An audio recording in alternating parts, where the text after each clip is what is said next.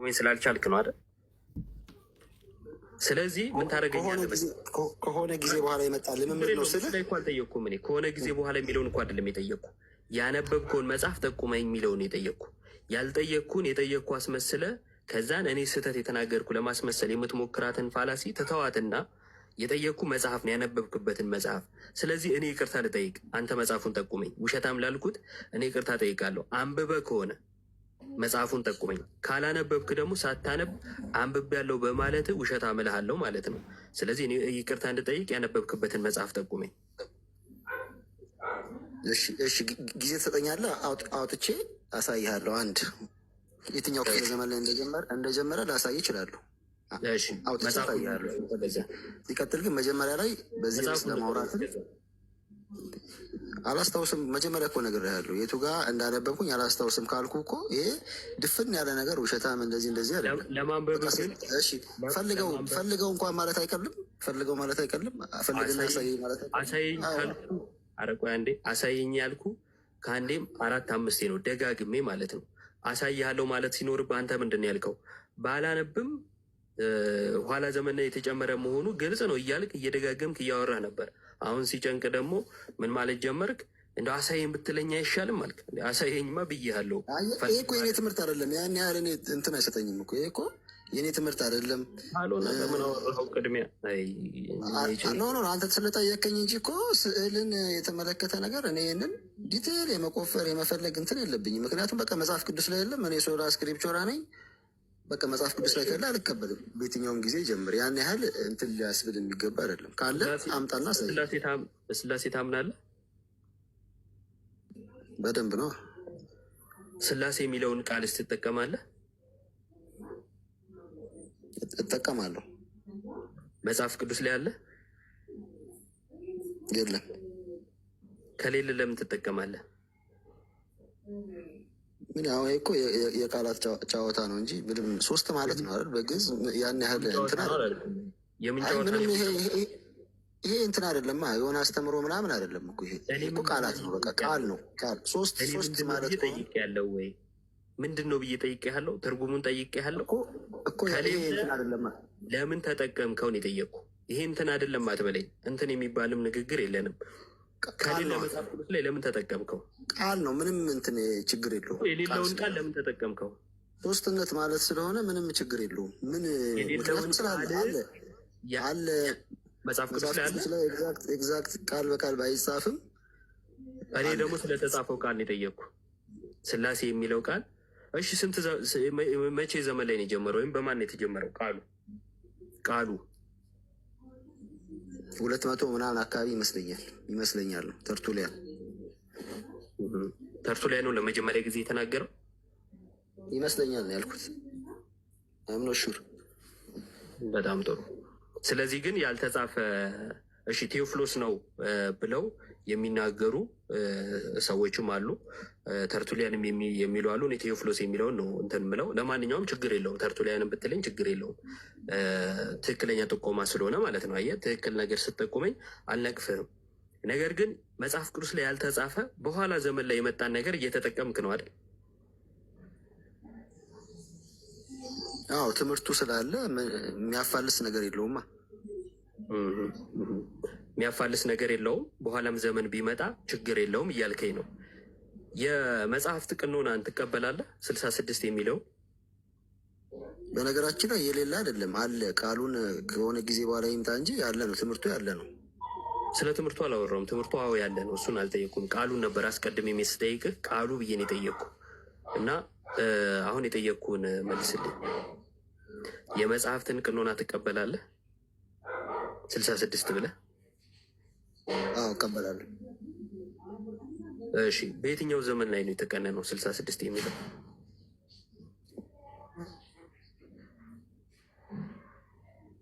ያው ብዙ እንትን አለ። እኔ እንግዲህ እኛ የወሰድነው ከአትናቴዎስ ነው 267 አካባቢ ከአትናቴዎስ 65 መጽሐፎችን ቀንኗል። 65 ይመስለኛል። እሺ፣ መጽሐፍ አስቴር ለምን አካተታችሁ እናንተ ታዲያ? ያው ቀኖና ያው የተዘጋ አይደለም። በየጊዜው ቀኖና እኮ የተለያዩ ሰዎች የተለያዩ በጉባኤያትን በተለያዩ እንትኖች ቀኖና ይሰራል። ስለዚህ አንዱ አንዱ ሲያስገባ አንዱ ላይ ያስገባ ይችላል። እስትንፋሰ እግዚአብሔር አለው ብለን ስለምናስብ እንቀበላለን። በጣም ጥሩ። ታዲያ በየትኛው ዘመን ላይ ነው 66 የተባለው? አትናቴዎስ 65 ካደረገ እና መጽሐፈ አስቴርን ካላካተተ መጽሐፈ አስቴር የተካተተበት እና 66 የተባለው ቀኖና መቼ ነው የተሰራው? ያው እንዳልኩ ቀኖና እንግዲህ በጊዜ ሂደት ውስጥ የተለያዩ መጽሐፍቶች በአንድ ጊዜ ብዙ በአንድ ጊዜ ስላልተገኙ መቼ ያሉ እነ 15ኛው 16ኛው ክፍለ ዘመን አካባቢ በደንብ አልቋል። በማን ነው በደንብ አልቆ የነበረው? እነ ኪንግ ጄምስ እነ ኤንአይቪ ምናምን 66ቱ እንደሚጠቀሙ አውቃለሁ።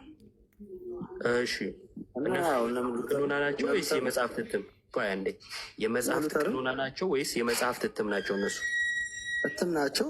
ከዛ የመጣ ነው። የጠየቁ ስለምንድን ነው ቀኖና የጠየቀኝ? አንተ የምታወራው ስለ እትም። እሺ የመጀመሪያው ኪንግ ጄምስ ቨርዥን ስንት መጽሐፍትን ይዟል? የመጀመሪያው 66 እንዳልሆነ ብቻ ነው የማውቀው። ከዛ በኋላ ግን 66 እንዳልሆነ ታውቃለህ? የመጀመሪያው እርግጠኛ ነኝ 66 አይደለም፣ አልነበረም ስላየው ከዚህ በፊት። ጎበዝ፣ 66 አይደለም፣ ወደ 80 የሚያህሉ መጽሐፍትን ይዟል። በጣም ጥሩ። ቅድም አንድ ግን አመሰግናለሁ። እሺ አሁን ስለመለስክልኝ ነገር ቅድም አትናቴዎስን ጠቅሰህልኝ ነበር አይደለ? ቅዱስ አትናቴዎስ ተሳስቶስ ቢሆን መጽሐፍት እንደዛ ሲያደርግ ሰብስቦ እነዚህን መጽሐፍት ብሎ ሲያቀርብ ተሳስቶስ ቢሆን በምንድን ነው የምታውቀው አለመሳሳቱን? አንደኛ በጣም ተቀባይነት ያለው ነው በታሪክ ሂደት ውስጥ ትልቅም አባት ነው። ምንም ምንት የሚባል አይደለም ይሄ። ሲቀጥል ደግሞ መጽሐፍቶችን ሲያስቀምጥ በደንብ እንድትቀበለው የሚያደርግ ነገር ለምሳሌ አሁን ፋውንቴን ኦፍ ሳልቬሽን ያልሆኑ መጽሐፎችን ለምሳሌ አሁን 80 ውስጥ ያሉትን እነዚህን ለህይወት እንጠቀምባቸዋለን ብሎ ሌሎቹን 39ኛው እንትን የሚባለው ላይ ማለት ነው።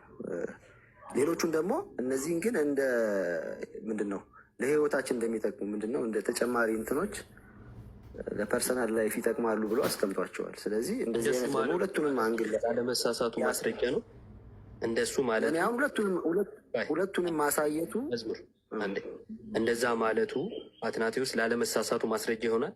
ሌላም ሰው ተነስቶ እነዚህ ለህይወት የሚሆኑ ናቸው፣ እነዚህ ደግሞ ለመማሪያ ወዘተ ለታሪክ የሚሆኑ ናቸው ብሎ ቢዘረዝር ልክ ነው ማለት ነው። መስፈርት መሆን ይችላል። ይሄ እንደ አንድ መስፈርት አየዋለሁ አንጻራዊ። ለምን ሌሎቹ አሁን ጅብልቅልቅ አድርገው ያስቀመጡ አሉ። አሁን ከየት አመጣ? ይሄ መስፈርት ነው የሚለውን ይሄ መስፈርት መሆን ይችላል የሚለውን ከየት አመጣኸው? ማን ነው እንደዛ ብሎ ያስተማረው? ሲነሳ እኮ ነገርኩ እኮ አትናቴዎስ ማለት በክርስትና ውስጥ በታሪክ ውስጥ ትልቅ አባት ነው። ምንም የሚቃል አይደለም። ትቀበላቸዋለህ? ቴዎሎጂያንም ነው። በጣም ጥሩ። ከቴዎሎጂያነቱ እና ከትልቅነቱ በታሪክ ውስጥም ትልቅ ቦታ ስላለው ሌሎቹንም ትምህርቶችን ትቀበልለታለህ? በአብዛኛው እቀበላለሁ። ማትቀበለው አለ? ይኖራል። ለምን? ትልቅ ነው፣ ቴዎሎጂያን ነው። ለምን አትቀበለውም? እንደ ሐዋርያት ትምህርት አንቀበልም። በቃ ይሄ የታወቀ ነው የኛ። ስለዚህ የምትፈልገውን ነው የምትቀበለው ማለት ነው አይደል? የምትፈልገውን እየወሰድክ ትቀበላለህ። እናንተም የምትፈልጉትን ነው የምትቀበሉት። እሱን ማስረጃ ማሳየት ይችላሉ። ከአትናቴዎስ ማልቀበለውን ትምህርት እስኪ ንገረኝ። ነገረ ማርያም ላይ ማሳየት ይችላሉ። አውጣና ሳይ። እየከፈትኩ ነው። በጣም ጥሩ። አስቀድሞ ቅድም ያልከውንም አውጥተህ ታሳየኛለህ ማለት ነው። መክፈት ከቻልክ ቅድም የለኝም በቅርብ ያገኘሁትን ነው እንጂ ያኛውንስ ማግኘት ምን ይከብድሃል? ያነበብኩህ አይደል? ካገኘሁት እሱንም እንትን እላለሁ። ኦልሬዲ እንትን ላይ በሀርድ ኮፒ ስላልሆነ ይሄኛው ግን ሃርድ ኮፒው ስላለኝ አሳያለሁ። ከዛ ከተቀበል ግን እቀበላለሁ ትለኛለህ። ሁሉንም እቀበላለሁ ብለኛል። በመጀመሪያ ደረጃ አትናት ማልቀበለውን አሳየኝ ያልኩህ እኔ። ሁሉንም ትቀበላለህ? ቆይ ማልቀበለውን አይደለም ሁሉንም እቀበላለሁ ስትል ይሄን ትቀበላለህ እልሃለሁ እንጂ እኔ ማትቀበለውን በምን አውቃለሁ? በጣም ጥሩ እሺ፣ እሱን ታመጣለህ። እስከዛን ግን መስፈርትን ንገረኝ። አንተ ከየት እንዳመጣኸው ነገርኩህ እኮ። በክርስትና ውስጥ ትልቅ ስምም ያለው ትልቅም ደግሞ አባት ነው። በደንብ በመንፈስ ቅዱስ እየተመራም አባት ነው። በመንፈስ ቅዱስም ተመርቶ ነው ትምህርቱን ማትቀበልለት። እሺ እስከዛን ግን ለአንተ ይሄ መስፈርት ነው ብሎ የነገረህ ማን ነው? የኔ ጥያቄ የትኛው? ለምሳሌ ቅድም ስጠቅስ ይሄ ለህይወት ይሆናል፣ ይሄ ለትምህርት ይሆናል እያሉ መናገር ወይንም ደግሞ ትልቅ መሆን በታሪክ ውስጥ መኖር ይህ መስፈርት ነው እንድትቀበለው ብሎ ያስተማረህ ማን ነው? ወይም እንዲህ አይነት መስፈርት እንድትቀበል ያደረገ የትኛው ጽሁፍ ነው? ነገርኩ እኮ እኔ ከሌሎቹ ጋር ሳነጻጽረው ሌሎችም አንተን አይደለም የጠየቁ ፓፓ። አይ በሌላ ማስረጃ ከየት አመጣኸው ነው? የራስንማ አወራህ እኮ ቅድም። በሌላ ማስረጃ ይህንን አላስደገፉልህም አላልኩም፣ የሌላ ሰውንም አላልኩም። እኔ ግን በራሴ ግን ሳይ ከራስህ ነው ማለት ነው ያስቀመጠልኝ። ያው በትክክል ያስቀመጠው ወደ 66 የሚቀርብ በዛ ላይ ደግሞ እነዚያ መጽሐፍቶች ደግሞ እነዚህ አዋልድ መጽሐፍቶችንም ደግሞ በሱ መልኩ ያስቀመጠ ስላላጋጠመኝ በቃ እሱ ትክክለኛ ነው ለኔ፣ ለራሴ እንደ አንድ መስፈርት ነው። እናንተ ማትቀበሉትን መጽሐፍ እሱ አልጠቀሰም? ማንን? ቅዱስ አትናቴዎስ ለምሳሌ እናንተ 66 ውስጥ ማታካትተውን መጽሐፍ እሱ አልጠቀሰም እኮ። ነገረኛ ማንን? እስኪ ለምሳሌ አልጠቀሰም ወይ? ጠቅሷል ወይስ አልጠቀሰም? መጀመሪያ እሱ መልስልኝ። ላውጣ? እሺ ተጠብቀኝ አሁን። እሺ ደቂቃውን ማስጀመር ትችላለህ። በስመ አብ ወወልድ መንፈስ ቅዱስ አሐዱ አምላክ አሜን። ሳይጓደል በሶስትነት ሳይቀንስ በአምላክነት ከዘላለም ጀምሮ ያለና የሚኖር እግዚአብሔር አምላክ ስሙ የተመሰገነ ይሁን። ክርስቲያን እንደመሆኔ አንድ ሰው ወደ ቤተክርስቲያን ወይም ደግሞ ወደ ቅዱስ ቤተክርስቲያን ለመምጣት ምን አይነት መሰረታዊ ነገር ማወቅ አለበት የሚለውን ነገር ለማስረዳት ያህል በቀላሉ ቤተክርስቲያናችን ሁሉም ሊያውቀው የሚገባው የክርስቶስ ኢየሱስ ቤተክርስቲያን ናት። መሰረቷ ክርስቶስ ነው። ልክ በዚህ በሐዋርያት ስራ ላይ እንደተጻፈው ምዕራፍ 20 ቁጥር 8 ላይ እንዳለው እግዚአብሔር በገዛ ደግሞ የዋጃትን የእግዚአብሔርን ቤተክርስቲያን ተጠብቁ ዘንድ ተብሎ እንደተነገረ በክርስቶስ ኢየሱስ ደም የተዋጀች ቤተክርስቲያን ናት እና ይህች ቤተክርስቲያን የሃይማኖት መግቢያ ወይንም መሰረታዊ የሃይማኖት ትምህርት አለ አዲስ ለሚመጣ ሰው። ከነዛ ውስጥም 5 አዕማደ ምስጢራት ወይንም 5 መሰረታዊ ትምህርቶች አሉ። ከነዛ ውስጥ የመጀመሪያውና ዋነኛው ሰው ማወቅ ያለበት አምላኩን ነው አይደለ? ልክ በዚህ በኦሪት ዘዳግም ምዕራፍ 6 ከቁጥር 4 ላይ እስራኤል ሆይ ስማ ይላል። አምላካችን እግዚአብሔር አንድ እግዚአብሔር ነው እንደሚለው የክርስቲያን አምላክ አንድ አምላክ ነው፣ በሶስት አካል የተገለጠ አንድ አምላክ የሚለውን ማወቅ አለበት። ወይንም ደግሞ በአጭሩ የሚስጥረ ስላሴን ትምህርት መረዳትና ማወቅ መቻል አለበት። ሚስጥር ያስባለው ሰዎች የማያውቁት ለሰዎች እውቀት የተከለከለ ትምህርት ሆኖ ሳይሆን ክርስቲያኖች እግዚአብሔር አምላክ እሱ ራሱን በገለጠበት ልክ የሚረዱትና የሚያውቁት ትምህርት እና የመጀመሪያው መግቢያው እግዚአብሔር ማን ነው ብሎ ማወቅና መረዳት ነው። ለዚህ እግዚአብሔር አምላክ ለምሳሌ በዚህ በኦሪት ዘጸአት ምዕራፍ 3 ከቁጥር 13 ላይ ራሱን ለሙሴ የገለጠበት መንገድ በጣም እጅግ ደስ የሚል ሀሳብ አለ እና ምን የሚል ጥያቄ ነበር የነበረው? ሙሴም እግዚአብሔርን እንሆ ወደ እስራኤል ልጆች በመጣው ጊዜ የአባቶቻቸው አምላክ ወደ እናንተ ላከኝ ባልኩ ጊዜ ስሙንስ ማን ነው ባሉኝ ጊዜ ምን እላቸዋለሁ ብሎ ሲጠይቀው፣ ሙሴም እግዚአብሔርን እንሆ ወደ እስራኤል ልጆች በወጣ ጊዜ የአባቶቻችሁ አምላክ ወደ እናንተ ላከኝ፣ እግዚአብሔር ሙሴን ያለና የሚኖር እኔ ነኝ አለው ይላል። ምንና ያለና የሚኖር እኔ። ስለዚህ የክርስትና እምነት ውስጥ እግዚአብሔር ያለና የሚኖር ከዘላለም ያለ ለዘላለም የሚኖር አምላክ እንደሆነ ማወቅና መረዳት ይጠበቅብናል። ክርስቲያኖች 3 አምላክን አናመልክም። አንዱ አምላክ ግን በ3 አካል የተገለጠ እንደሆነ መጽሐፍ ቅዱስ በሚገባ ይነግረናል። ለምሳሌ በዚህ በማቴዎስ ወንጌል ምዕራፍ 28 ከቁጥር 19 እስከ 20 ድረስ ወደ ዓለም ሂዱ አሕዛብንም በአብ በወልድ በመንፈስ ቅዱስ ስም እያጠመቃችሁ ሲል የአብን የወልድን የመንፈስ ቅዱስን ስም ይጠራና በእነዚህ ስሞች ብሎ አይደለም የሚጠቀልለው ስም ይልና ልክ ለአንድ እንደሚናገር ያደርገዋል። 3 ስም ተጠቅሶ ለምሳሌ አሁን ቴዲ፣ ኤፍሬም እና ዩሃድ ቢባል እነዚህ 3 ስሞች ተብሎ ነው አይደለም የሚነገሩት። እዛ መጽሐፍ ላይ ግን በአብ በወልድ በመንፈስ ቅዱስ ስም ይለዋል። ለምንድን ነው? ስራው በአንድ አምላክ የሚሰራ ስለሆነ 3 አካል ማለት 3 አማልክት እንዳልሆነ ሲያስረዳ ይሄንን ይናገራል። ስለዚህ ክርስትና መሰረታዊ ትምህርቱ የሚጀምረው እግዚአብሔርን በማወቅ እግዚአብሔር ማን ነው? ሁሉን ቻይ አዶናይ ያለና የሚኖር አንድ አምላክ በ3 አካል የተገለጠ የሚለውን ያስረዳል። ለምሳሌ በዚህ በኦሪት ዘፍጥረት ምዕራፍ 1 ከቁጥር 26 እግዚአብሔርም አለ ሰውን እንደ መልካችንና እንደ ምሳሌያችን እንፍጠር። አሁን ለምሳሌ ቴዲ እግዚአብሔር አለ ሲል እንደ አንድ ሰው ወይንስ ከአንድ በላይ እንደሆነ ሰው እየተናገረ ነው? እንደ አንድ ሰው እየተናገረ ነው። አለ ሲል የአንድ ሰው ንግግር ነው አይደል? ስለዚህ ይሄ የእግዚአብሔር ፈጣሪ አንድ እንደሆነ ትረዳል። እግዚአብሔር ማለት አለ ሲል ንግግሩ የአንድ ሰው ይመስላል። ግን ቀጠል ይልና በመልካችን ይላል። ከአንድ በላይ እንደሆነ አይናገርም። ስለዚህ እግዚአብሔር በስም በአካል 3 እንደሆነ ግን እነዛም 3 መለኮታዊ አካል በአንድ አምላክነት ጸንተው የሚኖሩ መሆኑን ክርስትና ከመጀመሪያውም ጀምሮ የሚያስተምር። ከዛ ክርስትና ቀጥል ይልና እግዚአብሔርና ሰውን መካከል ያለውን ነገር ያስረዳል። እንግዲህ እግዚአብሔር በመጀመሪያ ሰማይና ምድርን ፈጠረ ካለ በኋላ በመጨረሻው ቀን ሰውን ነው የፈጠረው አይደለም። ሰውን በመልኩ ከፈጠረ በኋላ ሰው የእግዚአብሔርን ትእዛዝ በማፍረሱ ወደቀ። በመውደቁ ምክንያት ሞት ወደ ሰው ልጆች ሁሉ ገባ። ስለዚህ ያንን የሰው ልጅ ለማዳን እግዚአብሔር ምን አደረገ? አስቀድሞ ነቢያትን ኋላም ደግሞ ራሱ አንድያ ልጁ ወደዚህ ዓለም መጥቶ ሰው በመሆን ዓለምን ያዳነበትን ትምህርት ቤተክርስቲያናችን የሚስጥረ ስጋዌ ወይም የአምላክ ሰው መሆን ትምህርት ብላ ትናገራለች። ከ3ቱ አካል ከአብ ከወልድ ከመንፈስ ቅዱስ አካላዊ ቃል ወልድ በዮሐንስ ወንጌል ምዕራፍ 1 ከቁጥር 1 ላይ በመጀመሪያ ቃል ነበር፣ ቃልም በእግዚአብሔር ዘንድ ነበር ካለ በኋላ ቁጥር 14 ላይ ምን ብሎ ይናገራል?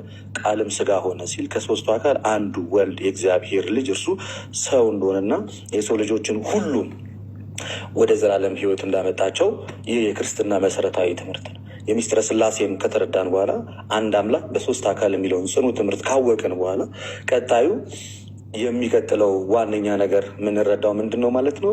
በዚህ በዮሐንስ ወንጌል ምዕራፍ 3 ከቁጥር 16 ላይ ያለውን መሰረታዊ ቃል የክርስትና ዋና ክፍል ሆኖ እናገኘዋለን። ልክ በእርሱ የሚያምን ሁሉ የዘላለም ሕይወት እንዲኖረው ነው እንጂ እንዳይጠፋ እግዚአብሔር ስንት ልጁን ይላል? አንድያ ልጁን እስኪሰጥ ድረስ ዓለሙን እንዲሁ ወዷል እና ይላል። እግዚአብሔር ዓለሙን በመውደዱ ስንት ልጅ ነው የሰጠን? አንድ ልጅ። ኢየሱስ ክርስቶስ የእግዚአብሔር ልጅ ነው ስንል ከዘላለሙ ከእግዚአብሔር ጋር ያለና የሚኖር ነው ያለ ነው። ለምሳሌ ይህንን መወለድ ስጋዊ መወለድ ሳይሆን ይሄ መለኮታዊ ውልደት ነው። በመለኮታዊ አካልነት ነው ወልድ ከአብ ከዘላለሙ የተወለደው። ልክ ለምሳሌ ከፀሐይ ብርሃን እንደሚወጣና በዛ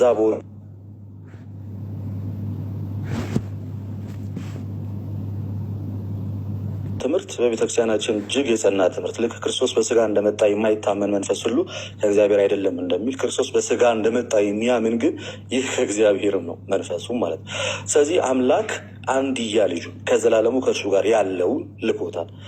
አምላክ ሰው ከመሆኑ በፊት ወይም ቃል ስጋ ከመሆኑ በፊት ምንድን ነበር ስንል በመለኮታዊ ማንነቱ ከእግዚአብሔር ጋር ሲኖር የነበረ ነው። ለዚህ ማስረጃ ዮሐንስ ወንጌል ምዕራፍ 1 ቁጥር 18 እግዚአብሔርን ማንም ያየው የለም አለ፣ በእቅፉ ያለ አንድያ ልጁ እርሱ ተረከው ይላል።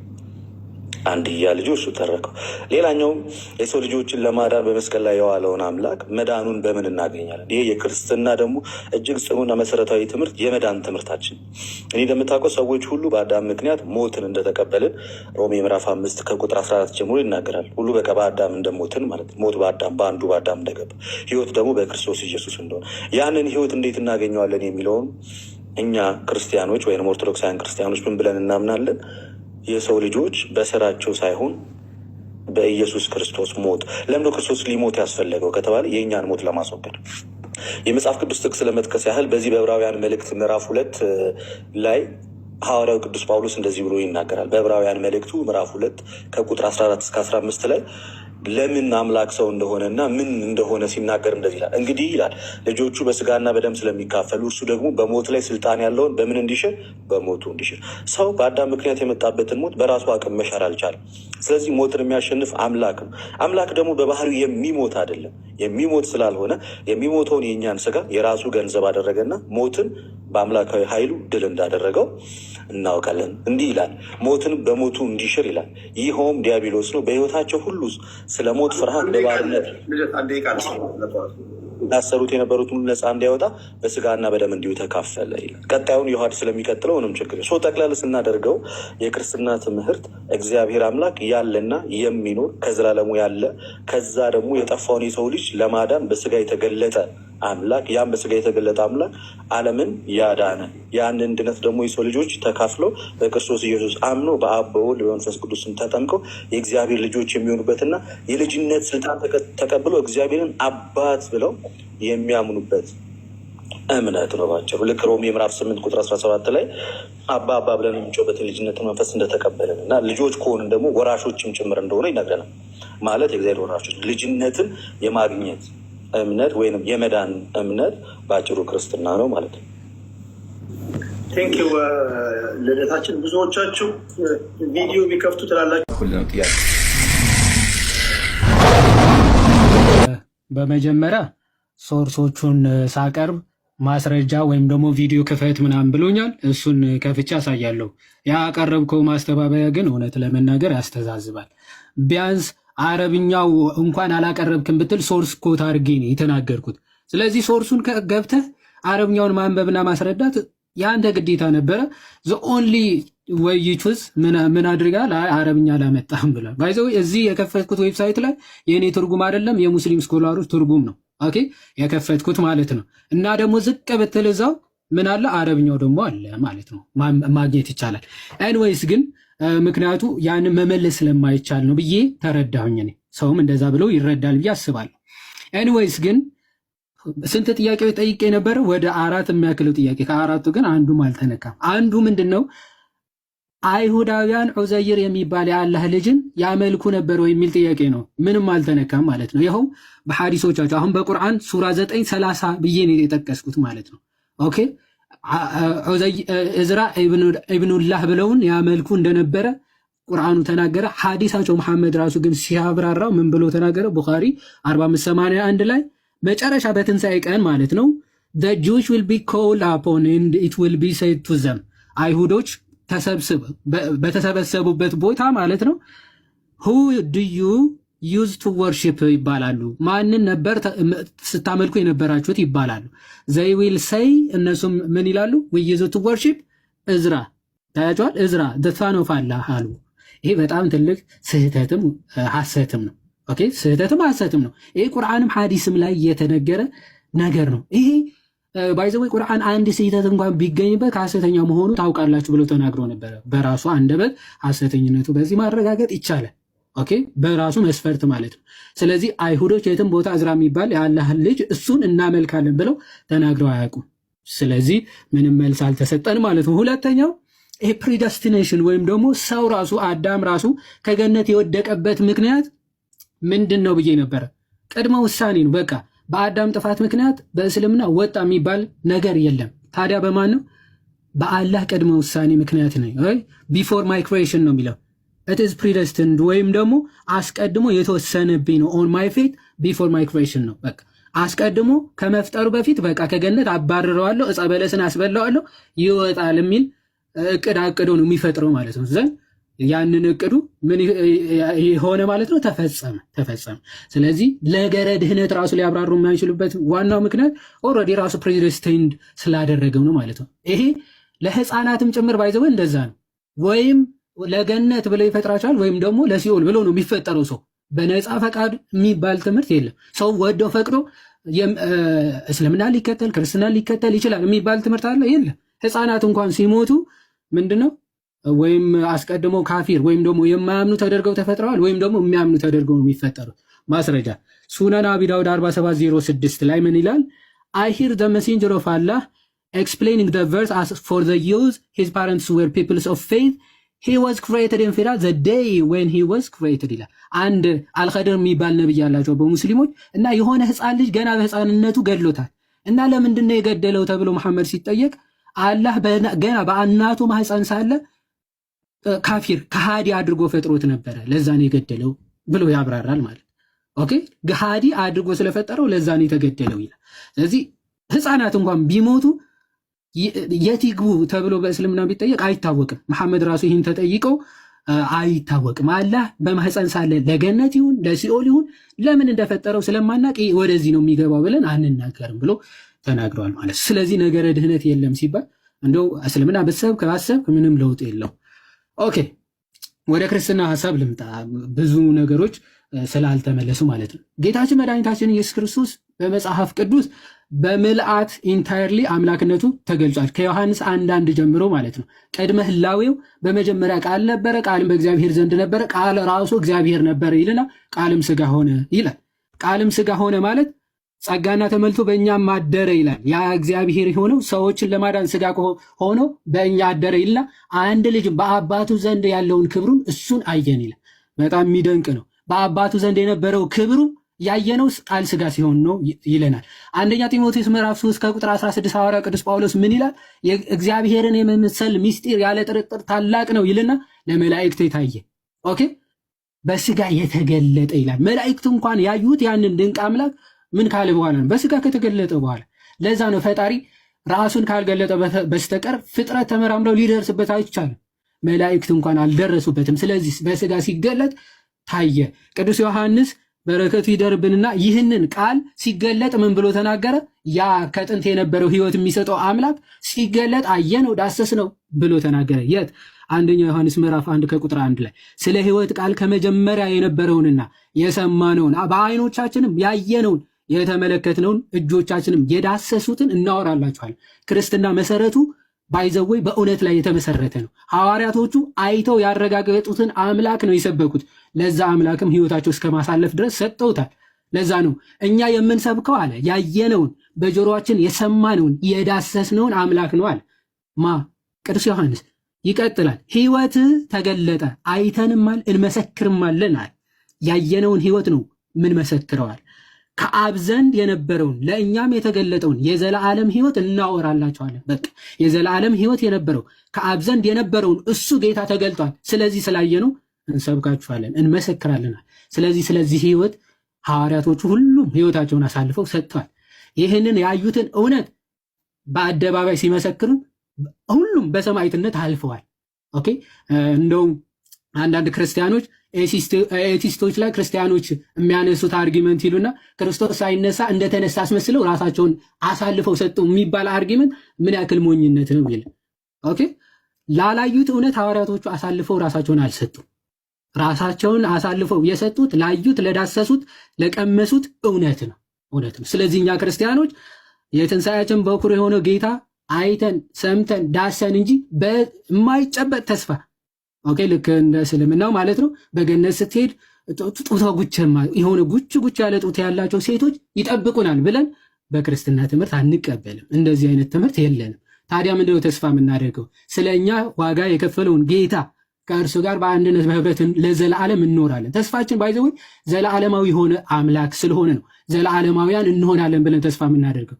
በሌሎቹ ቤተ እምነቶች ግን ብትመለከት ቁሳቁስ ናቸው የዘላለም ተስፋ መጠጊያቸው፣ መመኪያዎቻቸው ሴቶች ናቸው፣ መብል ነው፣ መጠጥ ነው። እነዚህ ሁሉ ፍጡራን ናቸው። ፍጡር መመኪያ ከሆነ ዘላለማዊ ልትሆን አችልም። ምክንያቱም ፍጡር ራሱ ዘላለማዊ ስላልሆነ ማለት። ዘላለማዊ የሆነው ጌታ እሱ ነው መመኪያችን፣ እሱ ነው መጠጊያችን፣ እሱ ነው ተስፋችን ማለት ነው። ተስፋ የምናደርገው ጌታ እሱ ነው። የመጨረሻ ሮሜ መልእክት ምዕራፍ 9 ከቁጥር 5 ያለውን ተናግሬ ይጨርሳለሁ። ከዛ ሰዓት ካለኝ ሮሜ መልእክት ምዕራፍ 9 ከቁጥር 5 ላይ ክርስቶስ ኢየሱስ ምን ይላል? ሐዋርያ ክርስቶስ አባቶች ለእነርሱ ናቸውና ከእነርሱም ክርስቶስ በስጋ መጣ፣ እርሱም ከሁሉ በላይ ሆኖ ለዘላለም የተባረከ አምላክ ነው፣ አሜን። ያ ሐዋርያ ቅዱስ ጳውሎስ ነገር ነው። ቲቶ ምዕራፍ 2 ከቁጥር 14 ያለውን ተናግሬ ልጨርስ። ምዕራፍ 2 ወደ መጨረሻ አካባቢ እንዲህ ይላል፣ ሰዎችን ሁሉ የሚያድነው የእግዚአብሔር ጸጋ ተገልጧል አለ። ሰዎችን ሁሉ የሚያድነው የእግዚአብሔር ጸጋ ተገልጧልና፣ ስለዚህ ይህም ጸጋ ኃጢአተኝነትንና ዓለማዊ ምኞትን ክደን የተባረከውን ተስፋችንን እርሱም የታላቁን የአምላካችንና የመድኃኒታችንን የኢየሱስ ክርስቶስን ክብር መገለጥ እየጠበቅን ራሳችንን በመግዛትና በጽድቅ እግዚአብሔርንም በመምሰል በአሁኑ ዘመን እንድንኖር ያስተምረናል። እግዚአብሔር ይመስገን። ምን አለ? ይህ ጸጋ ኃጢአተኝነት፣ ዓለማዊ ምኞት፣ ስጋዊ ፍላጎት ሁሉ የሚያስክድና የተባረከው ተስፋችን ጌታችን አምላካችን ሕያው የሆነው አምላክ እርሱን ክብሩን የሚገልጥበትን ያን ቀን እየተጠባበቅን አለ ራሳችንን በመግዛትና በጽድቅ እግዚአብሔርንም በመምሰል በአሁኑ ዘመን እንድንኖር ያ ጌታ ያስተምረናል። ወስብሐት ለእግዚአብሔር። አመሰግናለሁ። እግዚአብሔር ይስጥልኝ። ቴዲ አንተንም እናመሰግናለን፣ ሰዓት ሰጥተህ ስላወያየህን ማለት ነው። እግዚአብሔር ይስጥልኝ። ቴንክ ዩ። ያቀረብኩልህ ነው ጥያቄ። እሱን ተነጋገሩና ወስኑ በኮስት። እሺ ይሰማል? ይሰማል። እያባ እሺ፣ እስኪ የስምን ትርጉም ንገረን። የስምን ትርጉም ንገረን እስኪ ለመታወቅ ያህል። እሱን ጎግል ሰርች አድርግ። እኔ ለስሜ አይደለም ነገር እስኪ አድርግና ሳይኝ ጎግል ላይ አላየሁም። ምን ያትደንግጡ የሚለው ስሜ ነው እኮ። ምን ማለት ነው እኮ ነው ያልኩህ። ለመግባባት ያህል እኮ ነው። ምን ነው ደበረ? አንተ አምነህበት ስም ካረከው እኔ አብራራልኝ ስለ ለምን ይደብራል? እሺ ያንተውን ስም ዛ ሚካኤል የሚለውን አስረዳኝና ከዛ የኔውን አስረዳል። እሺ ኢዮብ የሚለው በመጽሐፈ ኢዮብ ላይ የአባታችን የኢዮብን ታሪክ የሚናገር ጽሑፍ አለ። እዛ ላይ የኢዮብ ታሪክ አለ። እኔ ደግሞ ቤተሰቦቼ የኢዮብን ታሪክ እንድማርበት ኢዮብ ብለው ሰየሙኝ። ዘ ማለት ደግሞ እንደማለት ነው። ሚካኤል ደግሞ መልአኩ ቅዱስ ሚካኤል ነው። ስለዚህ ኢዮብ ዘሚካኤል የሚል ትርጉም አለው የኔ። እሺ ትርጉሙ ምንድነው? እዛ ሚካኤል ነው ምን ማለት ነው የሚለውን ጨረስን። አሁን ያንተን ንገረኝ። ወርድ እኮ ነው አጣጥም እንትን ያነበብኩ። የኔውንም እንደዛ ከሆነ አቲ በፊት አለ፣ ከኋላ ደግሞ ዳንግጦ አለ። ያው አቲ ዳንግጦ የሚለው ማለት ነው። ከፊት አት አለ፣ ከኋላ ደንግጦ አለ። አት ደንግጦ ሆኗል ማለት ነው። ሁለቱም ያው እንዳንተም ጽሑፉ ምን ይላል ነበር እንዳልከው እኔም ደግሞ ዳንግጦ ይላሉ። እሺ የኔ ጥያቄ ግን ጽሑፉ ምን ይላል ሳይሆን ምን ማለት ነው ነበረ። ምን ማለት ነው ማብራሪያ ጥያቄ ነው። ጽሑፉ ምን ይላል ደግሞ የጽሑፉን ጥያቄ ነውና አማርኛ የግልጽ ከሆነልህ አሁን ምን ማለት ነው የሚለው መልስልኝ። ያው ያንተውንም እኮ እዛ አለ ሚካኤል አለ። በቃ ሚካኤል አለ፣ ከኋላ ዳንግጦ አለ። አትዳንግጡ። እሱን ሰማው። እሱን ስለሰማው የኔንም ትተውና ያንተን ትነግረኛለህ ወይስ አትነግረኝም? ባጭሩ እንዴ የኔው እኮ እንዴ ስሜ እኮ ነው። በቃ ትርጉሙ ይሄ ነው። አትዳንግ። እሺ ሚዩት እንዳታበራ። አሁን እዚሁ ቁጭ ብላ አንድ ነገር ልንገርህ። ሐሳቡን ስለተረዳ ነው ማለት ነው። ስለተረዳሁት ነው። የሚደነግጥ ማንም የለም። በኢየሱስ ክርስቶስ ቤዛነት የሚደነግጥ የለም። ነገር ግን ጴንጤ በባህሪው ፓራሳይት ስለሆነ ያለመለጠፍ ስራ ስለሌለው የሆነች ቦታ ላይ ይለጠፋል። አብራራ ሲባል አያብራራም። የሌባ ችግሩ ይሄ ነው። ሌባ ይሰርቃል። ከዛን ስለሰረቀው ነገር አብራራ ከተባለ የራሱ ስላልሆነ አያብራራም። አሁን ያረጋቸው አባት ኦርቶዶክሳዊ አባት የተጠቀመው ቃል አሽሙር በራሱ ማንነት የለውም። ይሄ ሰው በራሱ ቆሞ እኔ ብሎ መናገር አይችልም። ስለ እምነቱ መናገር አይችልም። ስለዚህ እንደዚህ አይነት የተለከሰከሰ ስራ የምትሰሩ ፕሮቴስታንት ወንድሞቻችን በተቻላችሁ መጠን ራሳችሁን ለመቻል ሞክሩ። ሰው ላይ አትለጠፉ። ጨረስን።